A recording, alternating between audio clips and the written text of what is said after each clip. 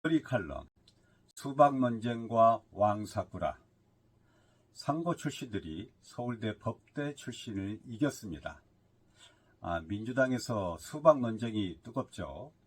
작년 대통령 후보 경선 때부터 이재명, 이낙연 두 후보 측의 설전이 도화선이 됐습니다.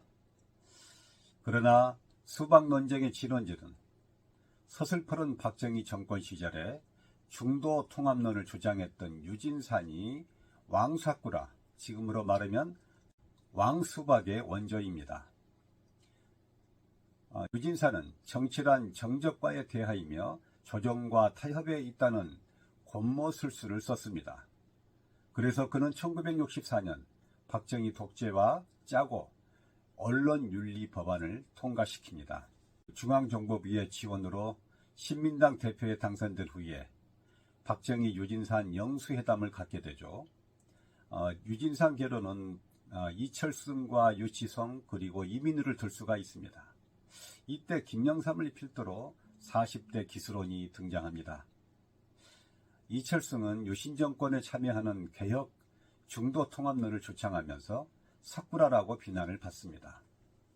전두환 독재 시절에는 안기부여서 유치성을 중심으로 민주한국당이라는 관제 야당을 만들게 됩니다. 이때 김대중과 김영삼이 민주화 추진협의회를 결성하고 신한민주당을 창당해서 이민우를 총재로 추대합니다. 그러나 이민우는 전두환의 내각제 개헌을 수용할 수 있다는 이민우 구상을 발표하게 되죠. 이철승을 필두로 내각제 지지파와 김대중, 김영삼을 중심으로 한 반대파로 나뉘게 됩니다. 그래서 극심한 내분이 발생하게 되고 결국 이민우는 제명을 당하게 되죠. 국민들은 선명한 야당을 원했지 않습니까? 그래서 사쿠라와 수박은 곧 소멸되고 만다는 것을 역사는 바로 증명하고 있습니다. 작년 4월 국민의힘 김기현 의원은 민주당을 향해서 이렇게 이야기를 합니다. 민주당은 180석이 아니라 1800석이라도 우리를 못 이긴다고 조롱했습니다. 가히 충격적인 말이죠. 검찰개혁과 언론개혁 법안 등을 하나도 처리하지 못하고 법사위를 비롯한 중요 상임위 8것을 협치라는 명분으로 양보를 해버렸죠. 민주당 내 수박들의 영향력이 극심했음을 보여주는 것입니다. 그들은 도대체 왜 대통령 선거와 지방선거의 패배를 이재명의 책임으로 돌리는 것인가? 대통령 윤석열은 왜 이재명 죽이기에 올인하는가? 그 모범 답안은 서울대 법대 출신을 노리고 대통령에 당선된 상고 출신 김대중 노무현에게서 그 단서를 발견할 수가 있습니다. 국민의힘과 민주당 내 수박들, 재벌들과 수구 언론들, 그리고 사회 곳곳에서 따리를 들고 있는 기득권자들이 자신들의 발톱을 감추고 상생과 공생이란 이름으로 포장해야만 했습니다. 그래서 비록 서울대 법대 출신에게 패배했지만 소년공 출신 이재명이 대통령이 되면 안 되는 이유가 여기에 있는 것이죠. 기득권자들은 일제강점기로부터 미군정을 거쳐서 군부 세력으로 이어지는 100년 동안 모든 권력과 내통하면서 특권을 누리고 호의호식하며 살았습니다. 그들이 두려운 것은 이재명 같은 듣보잡이 당권을 쥐거나 대통령이 돼서 자신들의 기득권을 뺏길 수 있다는 불안감에서 출발합니다.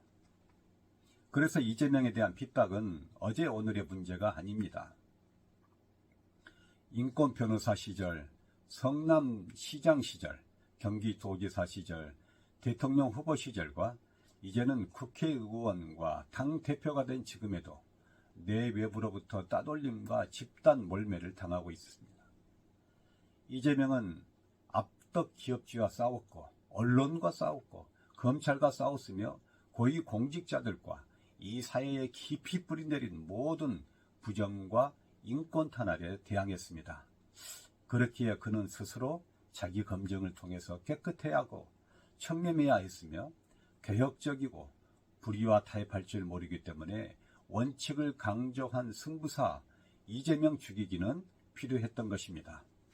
이 비겁하고 야비한 사회 구조 속에서 미래 세대가 어떻게 정의를 논하고 불의에 맞설 수 있는 역사를 세워갈 수 있을지 우리는 똑바로 주시해야 하는 것입니다. 모든 기득권은 하나로 연결되어 있습니다. 그들은 여야를 가리지 않습니다.